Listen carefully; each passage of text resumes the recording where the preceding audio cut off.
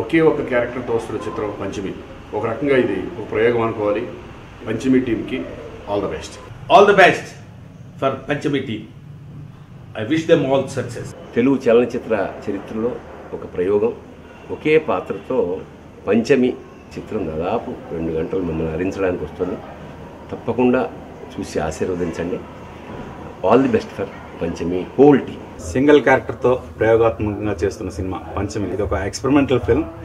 డెఫినెట్గా ఒక క్యారెక్టర్తో ఏం కథ చెప్పగలరు, ఎలా చెప్పగలరు అనే క్యూరియాసిటీ నాకు ఉంది, మీకు ఉంది అనుకుంటా. అందరూ let's watch the film. Sujatha Bhaurya గారు డైరెక్ట్ చేసిన ఈ సినిమా పంచమి నిజంగా ఒక షాక్.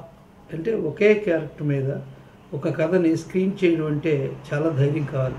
అలాంటి ప్రయత్నంలో చాలా బాగా సక్సెస్ అయ్యి ఈ సినిమా అందరికీ కూడా ఏంటి ఇట్ ఈస్ పాసిబుల్ అనే లెవెల్లో అనిపించే ప్రయత్నం.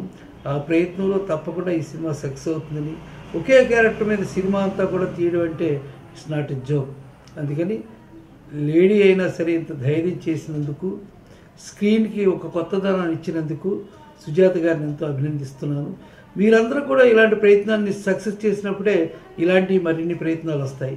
అందుకని everybody should see the film Panchami. Panchami ఒకే ఒక పాత్రతో వచ్చిన చిత్రం, తప్పక చూడండి.